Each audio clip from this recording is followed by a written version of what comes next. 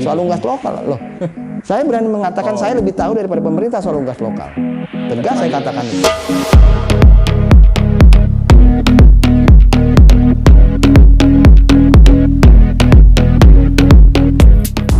Pak Ade, kalau saya tidak salah, sekitar tahun 2016, Pak Ade pernah mengeluarkan statement di media bahwa banyak produk ayam kampung atau karkas ayam kampung itu tidak layak konsumsi karena tidak sehat. Itu Pak Ade melihatnya dari mana, Pak? Jadi begini, kriteria sehat itu kan ada yang menetapkan. Ya, suatu produk hewan itu dibilang sehat apabila dia sudah memenuhi ketentuan. Ya, ketentuannya apa? Ketentuannya ada aspek kesmafet di situ. Kesehatan masyarakat veteriner ya? Ya, kesehatan masyarakat veteriner. Nah, hasil pemantauan saya pada saat itu 90% produk unggas, khususnya unggas lokal atau ayam kampung sejenisnya yang beredar itu saya nyatakan tidak sehat. Kenapa? Karena mereka tidak memiliki sertifikasi NKV, sertifikat nomor kontrol veteriner. NKV ini patokan yang dinyatakan sehat? Ya, patokan menyatakan sehat karena untuk mendapatkan NKV itu harus melalui proses audit yang ketat. Apakah produk ini layak atau tidak layak? Auditnya di mana? Auditnya itu di rumah potong. Ya, di RPHU, Rumah Pemotongan Hewan Unggas. Ya, jadi ada prosedur di situ bahwa ayam ini dipotong bagaimana caranya, sarananya bagaimana, tata laksananya bagaimana, bangunannya bagaimana, pengiriman rantai dinginnya bagaimana. Nah, ini yang kan belum banyak dilakukan. Kalau kita lihat misalnya, kalau tidak salah, saya tolong dikoreksi aja. Bahkan sampai sekarang usaha ayam lokal dalam bentuk karkas baik fresh maupun frozen yang memiliki sertifikat NKV itu tidak lebih, mungkin baru satu ya. Gitu loh. Jadi yang memenuhi syarat sebagai kesehatan masyarakat veteriner itu baru satu, Pak? Baru satu. Baru satu ya? Oh enggak, dua lah, dua. Ya artinya cuma dua seluruh, mungkin bisa dikatakan seluruh Indonesia. Ya. Oh, berarti ini gawat dong, Pak. Berarti hampir memang tidak sehat sampai sekarang. Ya, itu kalau kita mengikuti ketentuan. Ketentuan sehat menurut masyarakat kan berbeda dengan ketentuan sehat menurut pemerintah. Nah, ini kita sampaikan tadi. Karena apa? Kita lihat acuannya, aspek hukumnya. Ya, dalam Undang-Undang Peternakan dan Kesehatan Hewan disebutkan bahwa setiap produk ternak yang beredar wajib memiliki sertifikat NKV dan halal. Jadi jelas ini produknya produk undang-undang. Referensi hukumnya ini sekelas undang-undang. Undang-undang ini kemudian dijabarkan dalam PP 95 tahun 2012. Tentang apa itu, Pak? Tentang kesehatan masyarakat veteriner. Kemudian turunannya ada lagi. Permentan 11 2020 tentang nomor kontrol veteriner. Nah, ini belum banyak dimiliki. Nah, ini kan belum banyak dimiliki. Oke. Ya. Nah, ini jadi kalau kita mau mengacu pada ketentuan perundangan yang ada, ya itu seperti itu kriteria sehat. Ya, jadi saya tidak mengada-ada. Bisa ditanyakan ke retail modern atau ke pasar-pasar, ini ayam kampungnya didapat dari mana, dipotong di mana, punya sertifikat NKV atau tidak. Ya, satu lagi Pak Ade, ini kan kita masuk kepada tentang kebijakan atau undang-undang peternakan dan kesehatan hewan. Tentunya dalam hal ini yang menjalankannya adalah pemerintah. Ya, bagaimana Pak Ade melihat pemerintah dalam menjalankan atau menjalankanlah undang-undang peternakan dan kesehatan hewan? Ya, kita harus diakui atau tidak diakui, kita hanya melihat fakta objektif. Ya, bahwa belum sepenuhnya undang-undang peternakan dan kesehatan hewan ini dijalankan dengan baik dan benar. termasuk yang terkait dengan ayam lokal. Ya.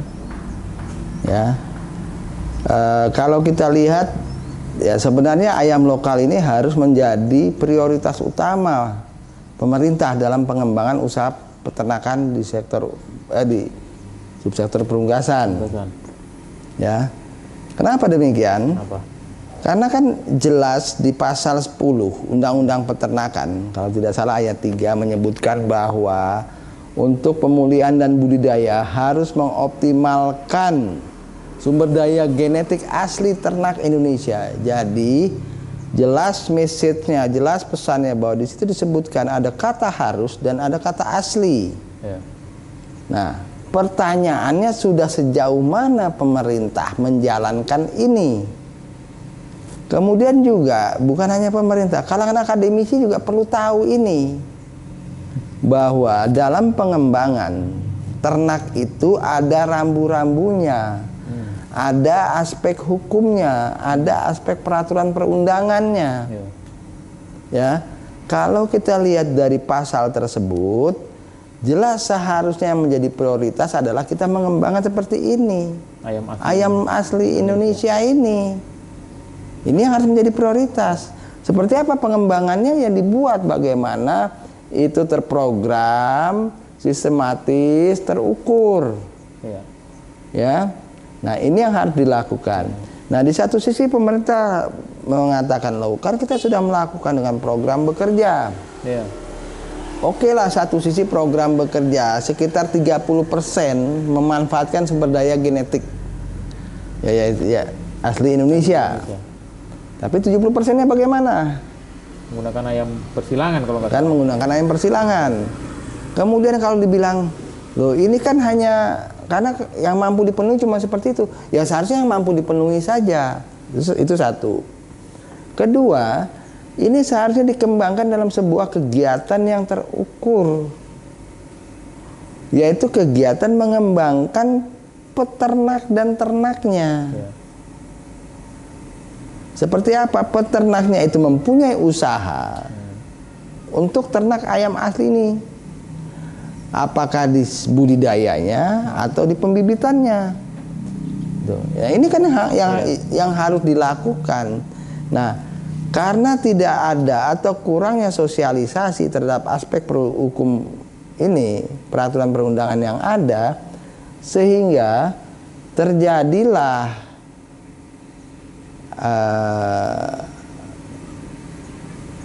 penafsiran tentang unggas lokal. Ini satu sisi juga karena ayam lokal asli ini belum mampu memenuhi pasar. Nah, muncullah tanda petik ya, quote and quote, inovasi dari masyarakat peternak ya Pak ya. Masyarakat peternak, dia melakukan penyilangan. Melakukan persilangan itu juga ada ketentuannya. Artinya salah Pak, tidak dibenarkan oleh undang-undang. Ya sebenarnya kalau kita mengacu undang-undang itu ya tidak benar lah. Benar, artinya pemerintah sebenarnya telah dalam tanda petik melanggar sebetulnya Pak. Pemerintah melakukan pembiaran. Ya. Apalagi tadi didukung dengan program bekerja Pak, itu kan program pemerintah. Ya, dengan didukung seperti itu berarti pemerintah melegitimate, tanda petik, melegitimasi. Ya. Itu tadi pengembangan. Ya, nah, yang saya maksud itu dukungan itu adalah membuat kegiatan. Nah, kalau seperti dulu misalnya dibuat field poultry farming, ya budidaya unggas di pedesaan secara masif, terstruktur dan terukur. Ya misalnya dia kembangkan di sekian titik dengan target adalah budidaya. Dengan target budidaya maka akan memberikan income pendapatan kepada peternak tersebut selama waktu 60 hari atau 70 hari misalnya. Atau satu sisi mengembangkan village breeding center. VBC ini dikembangkan, dibiayai oleh negara dengan komoditas ternaknya ya ayam asli itu tadi. Ya. Karena kita harus tahu juga, kalau ini terus diberlakukan, kita harus tahu juga kondisinya bahwa saat ini ayam lokal asli itu sudah dalam kondisi hampir punah. Kita punya sekian, katakanlah 26 strain, yang lain ada yang bilang 32 strain. Saya dibilang 26 misalnya kan. Berapa yang masih ada? Jauh hari saya sebelum 2010 saya sudah membuat statement bahwa 80% hampir punah. Bahkan ada yang sudah punah, Pak ya? Bahkan yang sudah banyak yang sudah punah. Coba siapa yang tahu ada itu apa ayam jantur? Ayam jantur Subang ya, yang tanpa bulu. Ya kan ayam, mereka tidak ada yang tahu. Ayam Ciparage kita tuh sudah hilang. Baik Sumatera Ya kan? juga hampir. Bahkan dikembangkan di ayam luar. Di Bali, di Papua, kita sudah. Nah, ketika kita dihadapi kondisi hampir punah ini kok terjadi pembiaran gitu loh. Ya. Nah, ini yang sangat saya sayangkan dan saya konsisten berbicara seperti ini. Ya, mohon maaf kalau saya katakan siapapun ayo silakan kita diskusi. Ya, tapi harus punya referensi yang kuat. Ya. Jangan hanya mempertahankan pendapat. Gitu loh. Ya. Kita harus punya referensi yang kuat.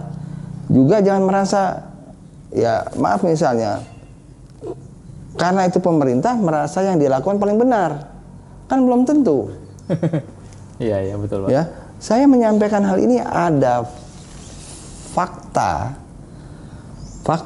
regulasinya, peraturan perundangannya. Dan sudah jelas ya, Pak.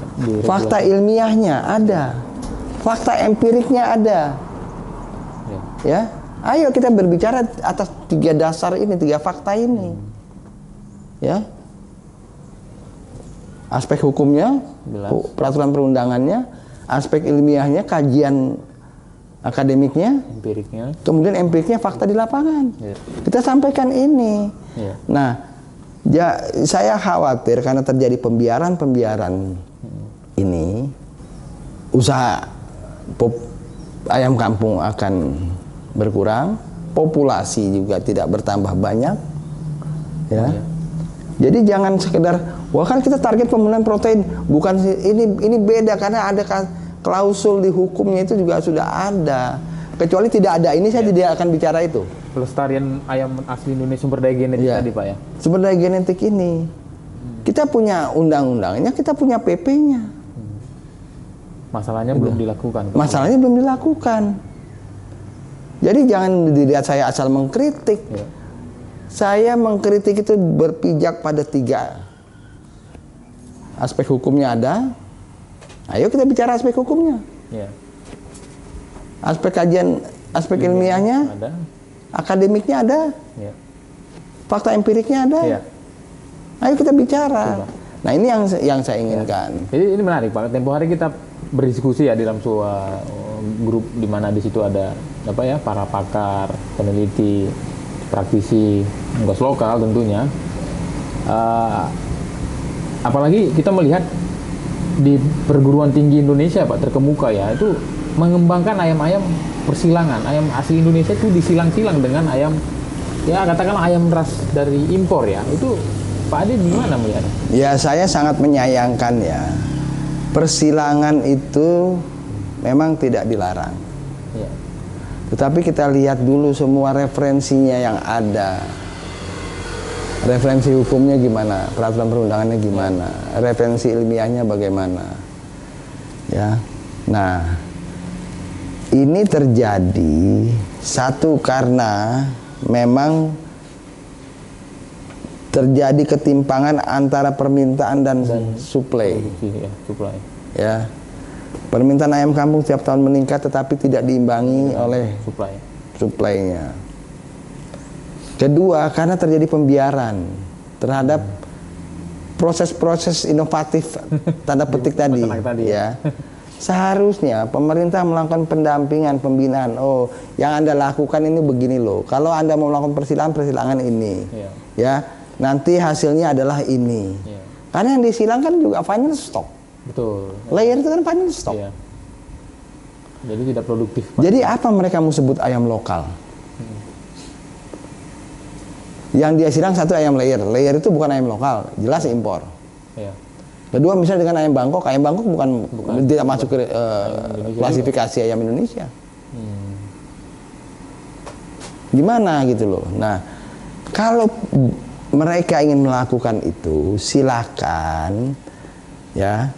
Mereka pilih lain jantannya dan lain betinanya. Ya. Kemudian hasilnya kan ini hibrida. Kemudian apa yang harus mereka lakukan? Kalau dia melakukan lain jantannya, bagaimana kondisi populasi lain jantannya? Ya, apakah perlu perbaikan mutu genetik atau dia kondisi sedang terancam? Ya kan? Nah, harus lakukan konservasi. Konservasi tanggung jawab siapa? Negara. Negara sudah melakukan konservasi belum? Menurut Pak Ade belum ya sampai sekarang. Ya. Nah, ini kan yang perlu kita. Jadi kita dalam melihat dan menyampaikan itu adalah referensinya, ya. Kalau pemerintah mau melakukan pembinaan, Anda lakukan ini, ya. Bahwa sebenarnya menurut undang-undang begini, menurut PP begini. Nah, Anda melakukan begini. Titik temunya bagaimana? Satu sisi memang kita tidak melarang hak setiap warga negara untuk berusaha. Iya. Tapi kan ada payung hukum lainnya yang harus dia patuhi. Itu. Jadi Pak Ade melihat sebenarnya satu sisi yang apa yang dibiarkan pemerintah ini adalah satu kelemahan Pak ya, yang dibuat pemerintah sendiri sehingga terjadilah karena inovatif ada inkonsistensi dalam pelaksanaan peraturan perundangan yang ada. Oke Pak, jadi tadi ini saya saya yang lain mau saya bahas terkait juga regulasi di unggas lokal. Ada wacana untuk membuka unggas lokal ini kan masuk dalam usaha UKM Pak, UKM ya, usaha kecil dan menengah. Ada wacana akan membuka dari dalam daftar negatif investasi Pak. Nah Pak Ade melihatnya gimana dan nanti ke arah mana nih unggas lokal itu? Jadi gini, sedikit saya sampaikan historisnya secara kronologis. Dulu saya termasuk yang mengawal ya. Dulu Perpres 36. Oke. Ya. Berubah terus berubah. Nah, di Perpres 36 itu dulu jelas sekali bahwa usaha ayam buras, mereka menyebut buras ya, hanya diperuntukkan bagi peternakan rakyat. Ya, ada kata peternakan rakyat. Kemudian berubah lagi, tapi esensinya sama. Ya, terakhir Perpres 44 2016. Ya, yang menyatakan bahwa usaha ayam buras masuk usaha terbuka tapi hanya diperuntukkan usaha UKM. Nah, pada awal merintis ini benar harus dilindungi supaya usaha kecil menengah ini bisa berkreasi, berjalan, ya, hidup ya. Nah, seiring perjalanan waktu, kitab suci saja penuh penafsiran kok. Ya. Ya. Kok masa hanya seperti setingkat Perpres? Undang-undang saja belum dilaksanakan sepenuhnya, kok Perpres saja tabu dengan Perpres. Apalagi pemerintah dengan Perpres yang terkait daftar negatif investasi itu dinamis. Lihat, oh saat ini kebutuhan ini memang perlu begini. Kedua, perlu kita lihat bahwa acuannya UMKM adalah Undang-Undang UMKM tahun 2008 yang menyebutkan batasannya adalah 10 miliar untuk investasi dan 50 miliar untuk omset setahun. Nah, sekarang kalau kita mau buka usaha breeding ayam kampung, 10 miliar itu jadi berapa sih? Sekarang ya? Ya. Angka 10 miliar tahun 2008 saat undang-undang UMKM ini dibuat, inflasi sampai 2020 sudah berapa kali? Betul. Sudah berapa nilai investasinya? Inflasinya kan? Ya kan ini juga harus dilihat juga. Kemudian terjadi tingginya permintaan ayam kampung, sementara pembibitnya masih terbatas. Ada orang ya kalau saya usaha segini, saya hanya dapat segini. Harga barang sudah naik. 2008 harga pakan berapa? Betul. Harga 2020 harga pakan berapa? Nah ini kan juga harus dilihat. Jadi saya ketika pada tahun 2018 saya menyampaikan bahwa Perpres 44 2016 yang terkait daftar negatif investasi untuk ayam lokal ini perlu direvisi. Tapi direvisi dalam pengertian dibuka. Direvisi dibuka untuk nilai. Oh, nilai. Ya. Tapi bukan. Jadi nilai investasinya itu jangan lagi 10 miliar. 10 miliar itu sudah tidak bisa berbuat apa-apa. Kemudian omset 50 miliar setahun ini juga sudah tidak ada apa-apanya.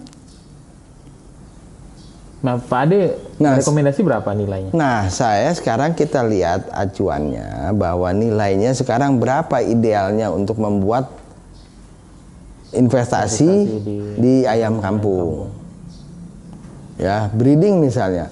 Untuk kita menghasilkan 1 juta ekor per bulan, berarti kita memerlukan berapa? Indukan. Ya. Kemudian sekian jumlah indukan, biaya produksinya berapa gitu ya? Biaya produksinya berapa? Anggaplah kita memerlukan sekitar 100.000 indukan. 100.000 indukan dikali harga pulet saja sudah 7,5 miliar. Yeah. Nah, 100.000 kalau dia perlu makan 100.000 dikali 10 gram per hari, per ekor per hari, dikali harga 7.000 sudah berapa? Realistis nggak saya menyampaikan ini? Betul, Pak. Nah, ini juga harus diketahui oleh pemerintah seperti itu hitung-hitungannya. Jangan asal bicara kita harus melindungi. Loh, ini mau melindungi atau mau justru mengkerdilkan? Mengkerdilkan ya. Jadi yang saya maksud di revisi ini nilai usahanya ini jelas tertutup untuk asing kok. Sampaikan di situ. Tetap tertutup. Tetap tertutup untuk asing.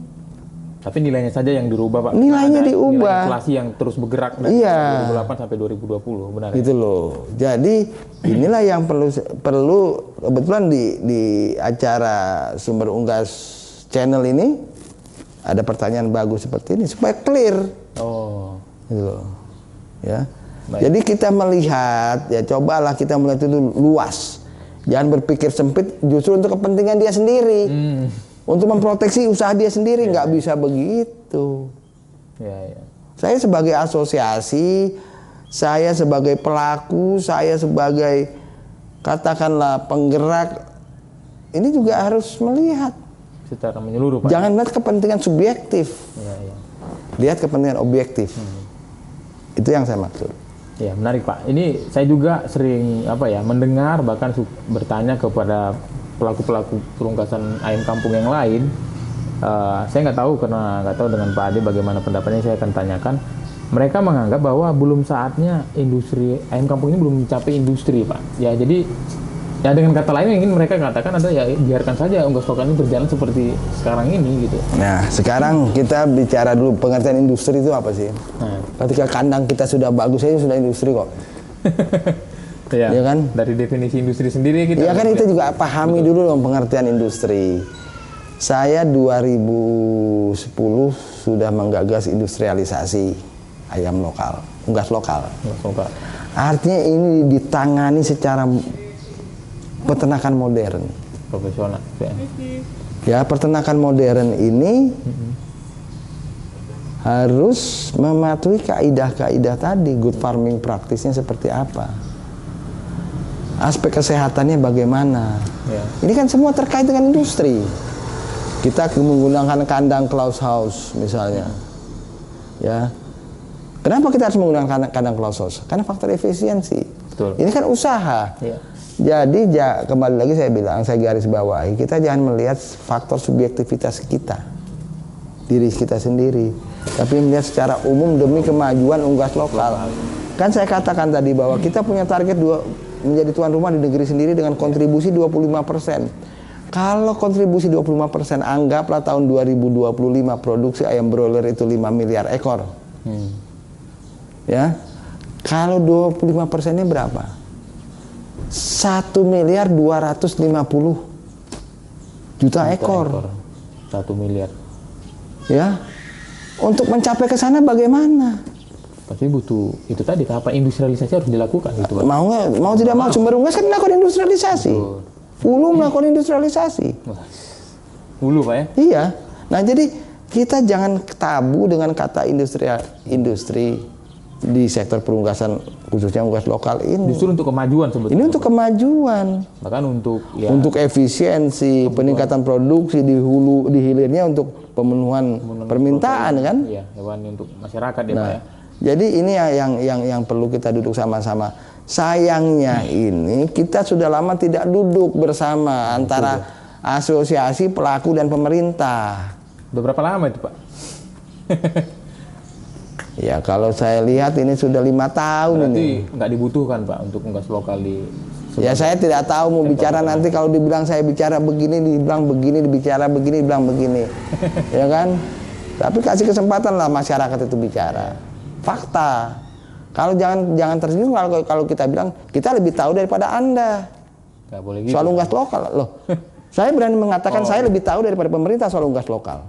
Tegas saya katakan itu. Sudah dari sejak awal ini ya, memulai. Karena passion saya memang di sini, saya mengamati seluruh aspek, termasuk aspek politisnya juga. Gitu. Makanya butuh duduk bersama ini, Pak Dirjen. Butuh duduk bersama. Baik. Dan saya berharap Pak Dirjen yang sekarang ini membuka pintu. Pak Dirjen itu Pak Nasrullah, Pak. Pak Nasrullah. Saya sudah lama kenal Pak Nasrullah nonton YouTube kita ini.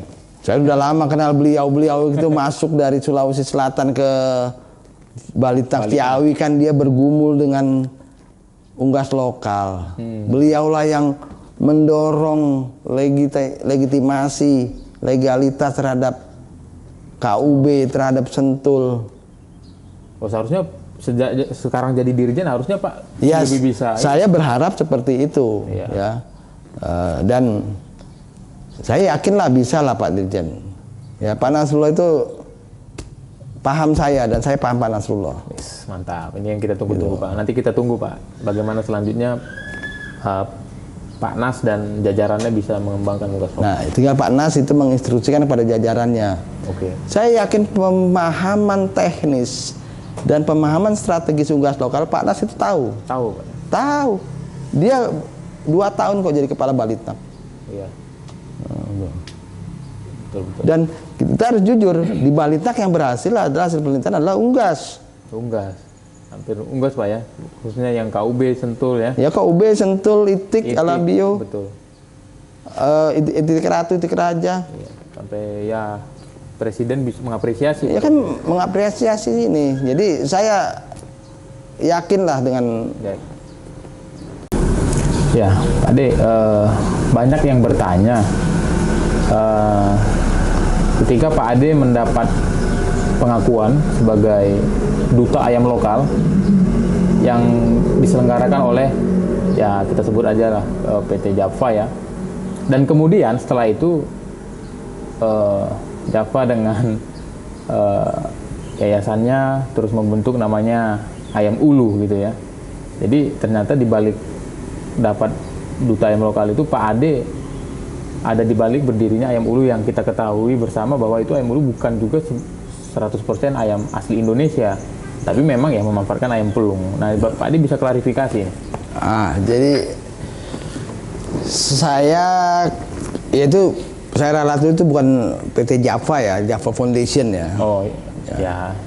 Nah, jadi sebelum ada apresiasi reward penghargaan kepada saya sebagai duta ayam lokal itu, saya bertanya kepada mereka apa alasannya. Ya, mereka bicara secara objektif. Saya mengikuti jejak rekam perjalanan saya dalam menyuarakan unggas lokal. Ya, nah itu yang menjadi dasar. Ya, jadi bukan serta-merta ini dikaitkan dengan mereka memproduksi ayam ulu. Karena ketika saya mendapatkan penghargaan duta ayam lokal Indonesia, ayam ulu itu belum di launching, belum dilansir, belum diproduksi, ya. Nah, jadi itu saya garis bawahi. Kenapa saya mau menerima itu? Alasannya masuk akal. Karena yang terkait ini bukan hanya Java yang memberikan penghargaan saya terkait unggas lokal, ya. Beberapa lembaga lain juga memberikan yang sama. Nah, betul. Kalau kemudian Java melalui Java Foundation melalui PT Unggas Lestari Unggul memproduksi ayam ulu, itu juga ada perjalanannya. Perjalanannya juga kita harus ketahui bahwa pemilik Java ini punya concern terhadap kekayaan sumber daya genetik. Oh. Nah, dia ingin memanfaatkan sumber daya genetik kita, ya, untuk prospek ke depan perunggasan Indonesia. Ya.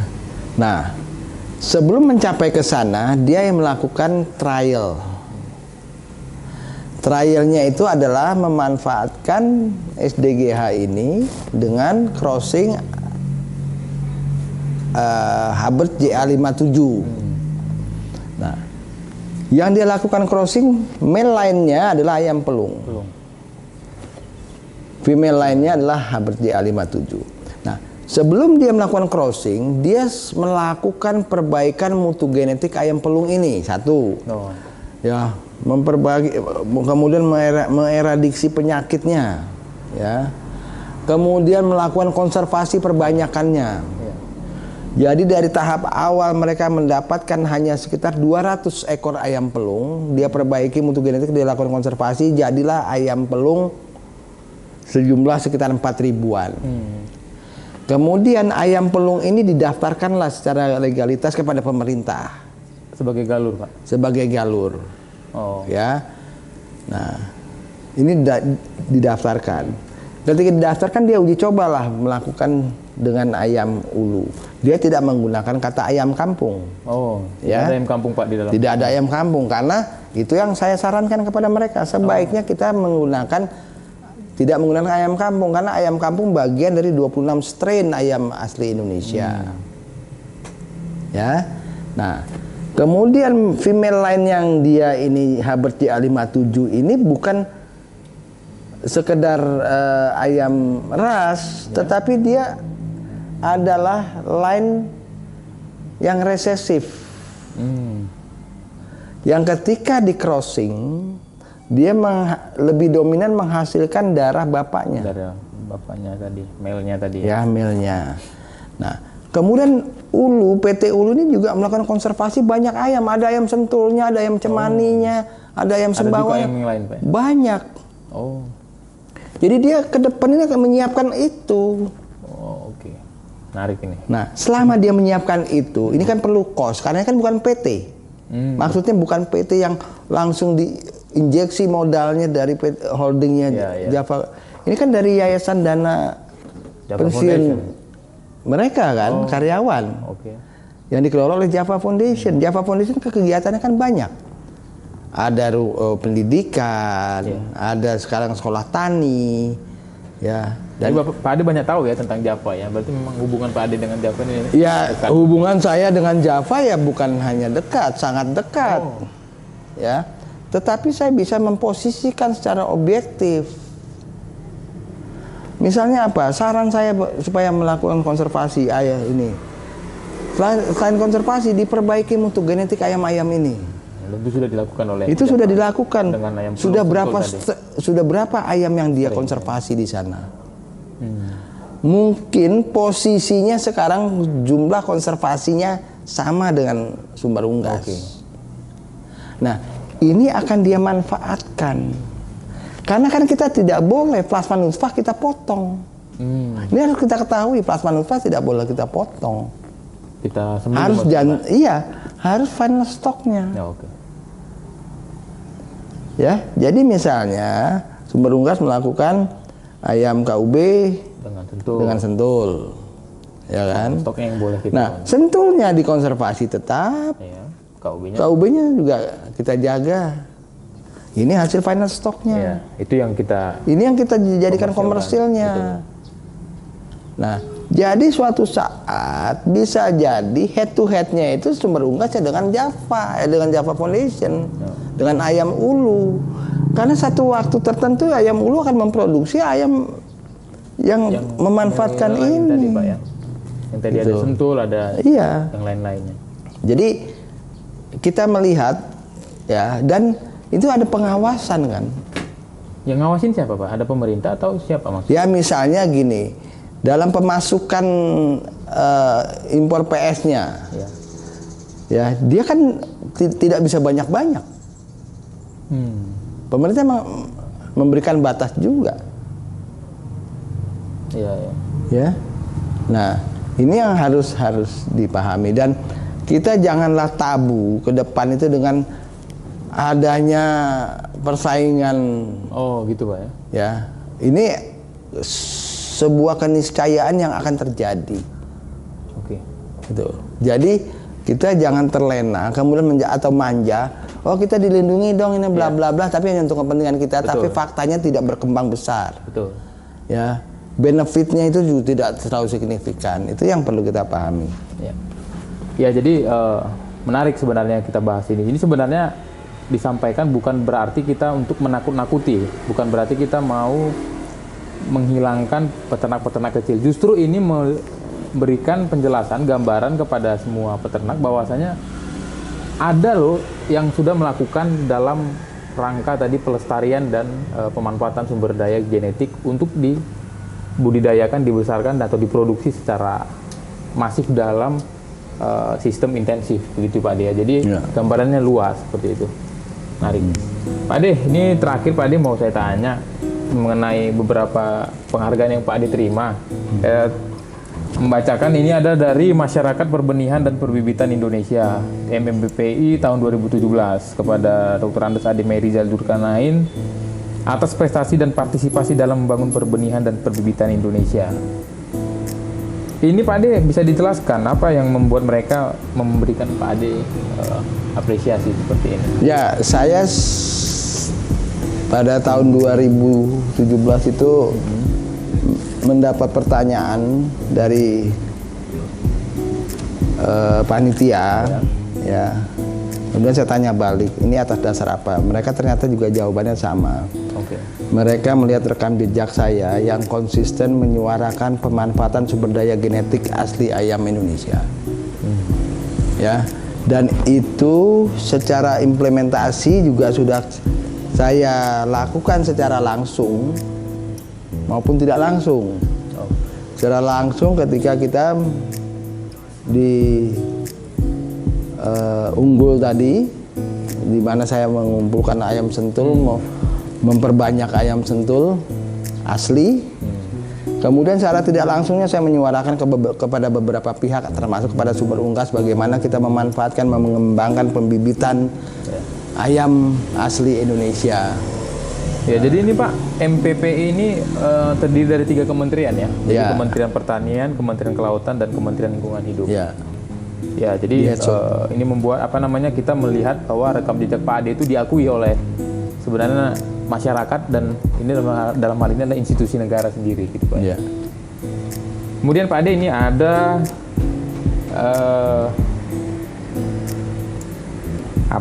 ini penghargaan juga dari Ikatan Sarjana Peternakan Indonesia ya. Ini menarik, saya sendiri adalah sarjana peternakan, jadi ISPI memberikan pengakuan kepada Pak Ade atau mengapresiasi sebagai organisasi atau peternak pelestari plasma nutfah tahun 2017 pada saat acara ILDEX ya Pak ya.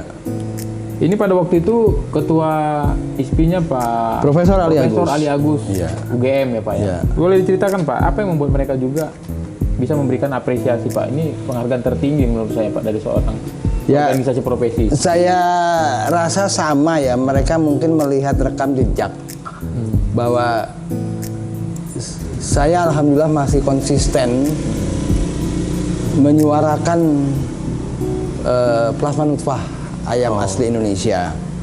Ya, karena seperti kita ketahui tidak banyak negara di dunia yang mempunyai plasma nutfah ayam. Di dunia cuma 3 kok. Salah satunya Indonesia. Kenapa kita tidak bangga dengan itu? Nah, saya mencoba menjaga. Ya, saya sebagai watchdog-nya unggas lokal. Ya, anjing penjaganya unggas lokal. Ya, kita bahasa watchdog kalau di kita kan hal yang biasa ya, bahwa kita memang harus jadi penjaga. Siapa lagi ya? Karena Himpuli juga maupun sebelumnya Kepraks ini kan lahir atas dasar cita-cita memanfaatkan sumber daya genetik ayam asli Indonesia. Nah, saya sangat berterima kasih. Saya bukan sarjana peternakan, saya hanya seorang dari madrasah. Ya, yang tidak paham peternakan tiba-tiba mendapatkan beberapa reward. Saya ada beberapa ya, ada 5-6 reward yang saya terima ya, termasuk dari ISPI yang menaungi para sarjana peternakan. Saya sampaikan banyak-banyak terima kasih. Ini bentuk apresiasi saya bukan hanya kepada pribadi, tetapi apresiasi terhadap plasma nutfah ayam asli Indonesia. Itulah. Jadi saya bangga dengan ISPI mengakui plasma nutfah. Saya bangga dengan ISPI mengakui plasma nutfah ayam asli Indonesia. Dan saya harapkan para pengurus ISPI, para kader ISPI, para anggota ISPI itu tetap seperti yang dilakukan ketuanya Pak Ali Agus pada waktu itu, konsisten dengan pemanfaatan plasma nutfah ayam asli Indonesia. Ya betul Pak Ade, kita tentu berharap siapa lagi yang akan menjaga pelestarian ini kalau bukan seperti kayak Pak Ade. Apalagi secara khusus ini sarjana peternakan ya Pak Ade ya. Jadi kita berharap memang ya organisasi profesi seperti ISPI ini betul-betul memang menjaga dan melestarikan plasma nutfah Indonesia, jangan merusaknya. Ya, dan saya yakin ISPI dengan pengetahuan peternakannya sangat komit untuk menjaga pelestarian plasma nutfah ayam. Saya sebagai sarjana peternakan tergugah, Pak. Ya oke, terima kasih. Demikian perbincangan kita dengan Pak Ade Zulkarnain, Ketua Himpunan Peternak Unggas Lokal Indonesia. Kita akan ketemu lagi nanti di perbincangan selanjutnya tetap di Sumber Unggas Channel Indonesia. Saya Febroni Purba dan mengundurkan diri. Terima kasih. Selamat sore.